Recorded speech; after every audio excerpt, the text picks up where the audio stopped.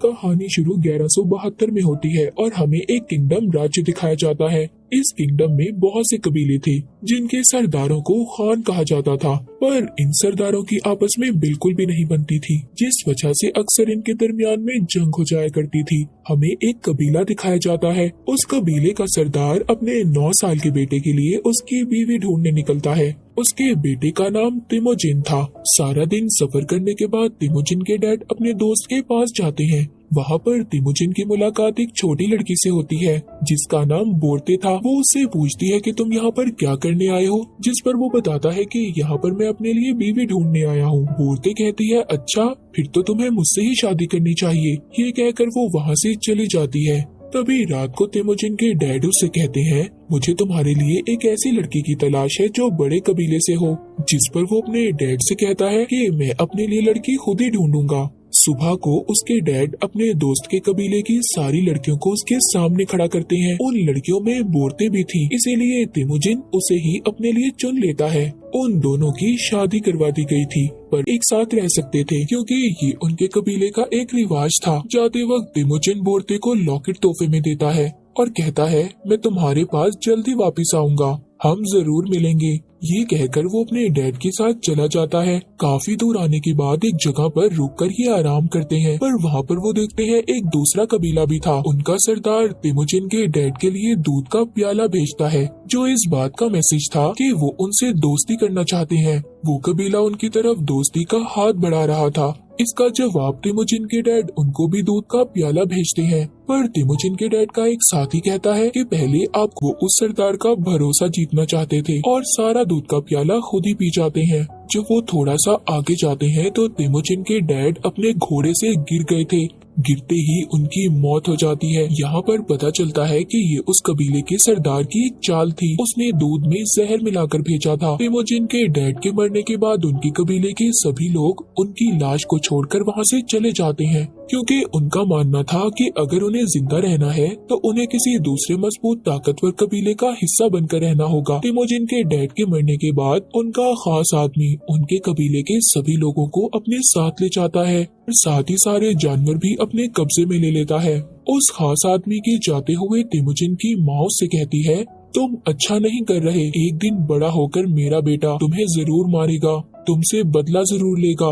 वो आदमी डर जाता है और सोचता है कि क्या पता ये बच्चा बड़ा होकर मुझे मार दे, इसीलिए वो आदमी तिमोजिन को मारने का फैसला करता है। पर उनके कबीले के लोगों में ये रिवाज था, वो बच्चों और औरतों को नहीं मारते थे, इसीलिए वो आदमी तिमोजिन की लंबाई नापता है। वो एक पहिए से उसकी लंबाई नाप रहा था, पर तिमोजिन इसीलिए उसको बच्चा करार देकर छोड़ दिया जाता है। वो आदमी जाते हुए तिमोजिन की माँ से कहता है, मैं अगले साल इसको मारने जरूर आऊंगा। थोड़ा सा वक्त आगे बढ़ता है और सर्दियाँ आ जाती हैं। तिमोजिन के पास छुपने की कोई जगह नहीं थी। सर्दियाँ शुरू हो गई थी। उसे अपने डैड की बात याद आती है कि दूर पहाड़ों पर हमारे देवता हैं जो हमारी मुश्किल में मदद करते हैं। तिमोजिन वहाँ जाने का फैसला करता है, पर जाते हुए उसका पाँव जमे हुए पानी पर आ गया था और वो पानी में गिर जाता है। वो डूबकर मरने ही वाला था। तभी वहाँ पर एक बच्चा आकर उसे पानी से निकालकर उसकी जान बचा लेता है और उसे अपने साथ ले जाता है।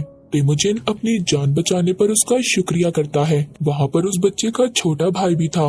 दोनों भाई मिलकर उसे दूध के प्याले में अपना हाथ काटकर खून मिक्स कर देते हैं और कहते हैं, इसे पी लो, जिसके बाद तुम हमारे भाई बन जाओगे। तिमोजिन उस दूध को पी लेता है। वो अब 3 भाई बन चुके थे। अगली सुबह वो आदमी भी इसको ढूंढता हुआ आ जाता है जो इसके डैड का साथी था, उनका खास आदमी था। उसको तिमोजिन मिल जाता है। वो उसको अपने साथ ले आता है। वो उसको लाकर दोबारा से उसकी लंबाई नापता है। तिमोजिन अभी भी छोटा ही था।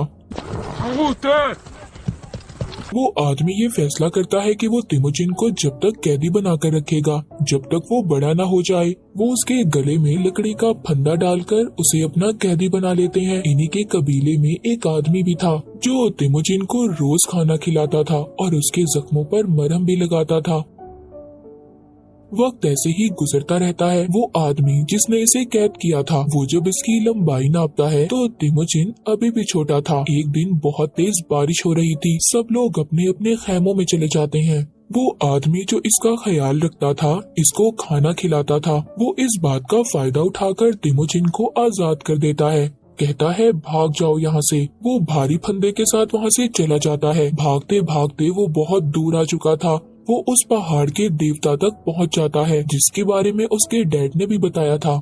उधर ये एक भेड़िए को देखता है और अब इसका वो लकड़ी का फंदा भी खुद ही खुल जाता है। कहानी थोड़ी सी आगे बढ़ती है। हम देखते हैं कि तिमुर पर वो अभी भी उन्हीं आदमियों से भाग रहा था जो इसके डैड के खास आदमी के साथी थे, जो बचपन से इसके पीछे पड़े थे। वो अभी भी इसकी जान के दुश्मन थे, मगर आखिरकार वो लोग इसको पकड़ ही लेते हैं। इसको बिल्कुल वैसे ही कैद कर दिया जाता है जैसा इसको बचपन में भारी लकड़ी के फंदे से पकड़ा गया था। तिमोजिन की उम्र और लंबाई दोनों बढ़ चुकी थी और उसके मरने के मौके भी ज्यादा। पर वो आदमी उसको कहता है, मैं तुम्हें अभी नहीं मारूंगा, मैं चाहता हूँ तुम मेरे सामने अपनी जान की भीख मांगो। जिस पर वो जवाब देता है, मैं खुशी खुशी मर जाऊंगा, पर तुम्हारे सामने ऐसे कभी नहीं कहूँगा। ये सुनकर वो आदमी कहता है, अच्छा, मैं तो तुम्हें आराम से मारना चाहता था, पर अब मैं तुम्हें तड़पा तड़पा कर मारूंगा। जिसके बाद दोबारा से तिमोजिन को बांध दिया जाता है। उसके पास वही आदमी आता है जो बचपन में इसको खाना खिलाता था। वो अभी भी जिंदा था। एक रात जब उस आदमी के साथ ही जश्न मना रहे थे जिसने तिमोजिन को पकड़ा हुआ था, वो नशे की हालत में उसके पास आता है। इस बात का फायदा तिमोजिन उठाता है और उस आदमी को अपने गले के फंदे से मार मार कर मार देता है। उस आदमी की मौत हो गई थी। अब वो आजाद हो चुका था। सबसे पहले वो अपनी बीवी बोरते से मिलने जाता है जिससे उसकी शादी बचपन में हो चुकी थी। बोरते भी बड़ी हो गई थी और काफी खूबसूरत भी। वो बोरते को अपने साथ लेकर अपनी माँ और बहन के पास जाता है। तिमोजिन की माँ जब ये देखती है कि उनका बेटा जिंदा है, वो बहुत खुश होती हैं। उनकी जिंदगी हंसी खुशी चल रही थी। कभी एक दिन दूसरे कबीले के लोग, क्योंकि कुछ वक्त पहले तिमोजिन के डैड ने इस कबीले के सरदार की माँ को अगवा किया था। जब ये सरदार छोटा था और आज ये बड़ा हो चुका है, इसने कसम खाई थी कि वो अपनी माँ का बदला जरूर लेगा। इसीलिए ये अब तिमोजिन की बीवी को अगवा करके साथ ले जाता है।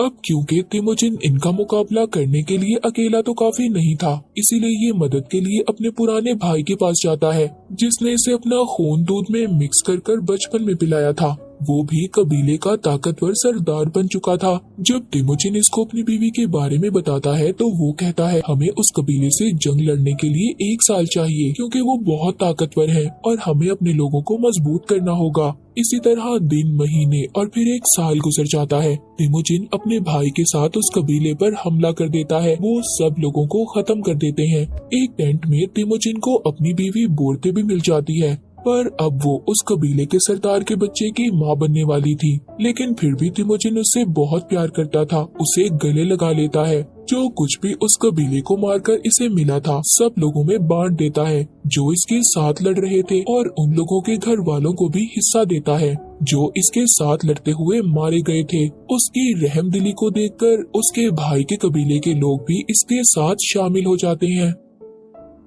तिमोजिन का एक मजबूत कबीला बन चुका था, लेकिन उसका भाई जब ये देखता है तो एक दिन तिमोजिन के लोग उसके भाई के साथियों को देख लेते हैं जो उनके घोड़े चुरा रहे थे। तभी एक आदमी तीर से उन पर हमला कर देता है। तीर एक आदमी को लगता है। जब वो जाकर देखते हैं तो वो कोई और नहीं था बल्कि उसके भाई का बड़ा भाई था जिसको अब तिमोजिन से नफरत हो गई थी। जब उसे ये बात पता चलती है कि तिमोजिन के आदमियों ने उसके भाई को मार दिया तो वो तो आग बगोला हो जाता है। वो आसपास के सभी कबीले वालों से हाथ मिलाकर तिमोजिन के साथ जंग लड़ने का फैसला करता है। तिमोजिन जानता था कि वो जंग जीत तो नहीं पाएगा, इसीलिए वो अपने कबीले के सभी बच्चों और औरतों को भेजकर अपने साथ कुछ साथियों को लेकर उनसे जंग लड़ता है और हार जाता है, जिस पर उसका भाई उसे अपने पास कैद कर लेता है। वो उसे मारता तो नहीं क्योंकि अभी भी वो तिमोजिन को अपना भाई ही मानता था। एक दिन उसका भाई उसको किसी दूसरे कबीले के हाथ बेच देता है। वो लोग उसे अपने साथ ले जाते हैं। काफी सफर करने के बाद उसको एक बड़े शहर में लाया जाता है। वो उसे वहाँ लाकर एक जगह पर बिठा देते हैं ताकि कोई तो उसे खरीद सके, पर कोई भी नहीं खरीदता। एक दिन इस सल्तनत का राजा इसे देखता है। वो इसे खरीद लेता है और एक पिंजरे में बंद करवा देता है जो इस शहर के बीचों बीच था, ताकि लोग इसका मजाक बनाए और इस पर अपना गुस्सा उतार सके। वो सिर्फ यहाँ पर तमाशा बनकर रह गया था।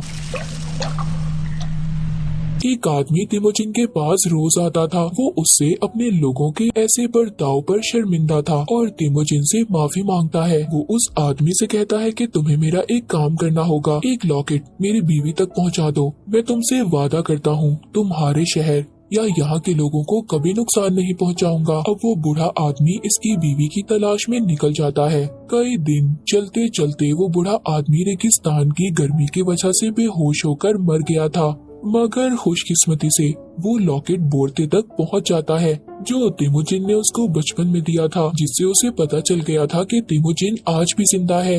वो ये जानने के बाद तिमोजिन को ढूंढते हुए उसी शहर में पहुंच जाती है और वहाँ पर एक सिपाही को रिश्वत देकर तिमोजिन को आजाद करवा लेती है। वो देखता है कि उसका बेटा और एक छोटी बेटी थी। इनकी फैमिली अब पूरी हो चुकी थी। सब बहुत खुश थे। पर एक दिन तिमोजिन की बीवी कहती है सब सरदार ऐसे ही होते हैं, एक दूसरे को मारते हैं। ये बात तिमोजिन बहुत सोचता है और अपनी फैमिली को छोड़कर चला जाता है। वो ये फैसला करता है कि वो सभी कबीलों को इकट्ठा करके एक मंगोल राज्य बनाएगा। उसने ये फैसला कर लिया था और हर हाल में सभी कबीलों को इकट्ठा करना है। उसने 3 असूल बनाए। पहला, औरतों और बच्चों को नहीं मारा जाएगा। दूसरा, दुश्मनों से मरते दम तक लड़ेंगे। और आखिरी ये था कि कोई भी अपने सरदार को धोखा नहीं देगा। 1196 में हमें दिखाया जाता है जो कुछ तिमोजिन ने सोचा था कर दिखाया। उसने अपनी एक आर्मी बना ली थी, पर उसके राजा बनने में सिर्फ एक ही रुकावट थी, वो था उसका भाई। उसके भाई के पास भी बहुत बड़ी आर्मी थी। दोनों अब अपनी अपनी आर्मी के साथ लड़ने पहुंच जाते हैं। तिमोजिन अपने भाई के साथ लड़ना तो नहीं चाहता था, पर उसका भाई अचानक से हमला कर देता है। बहुत बड़ी जंग होती है, मगर तिमोजिन ये जंग जीत गया था।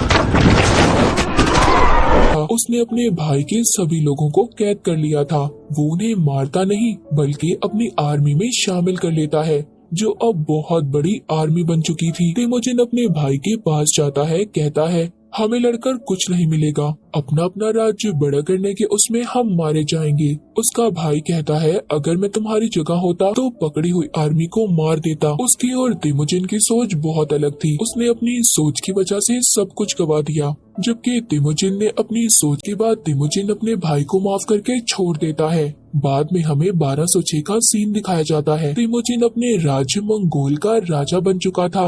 इसको चंगेज खान के नाम से आज भी जाना जाता है। उसने सभी जुल्म करने वाले किंगडम राज्य के खिलाफ जंगें लड़ी। उसको ताकतवर और बहादुर राजा माना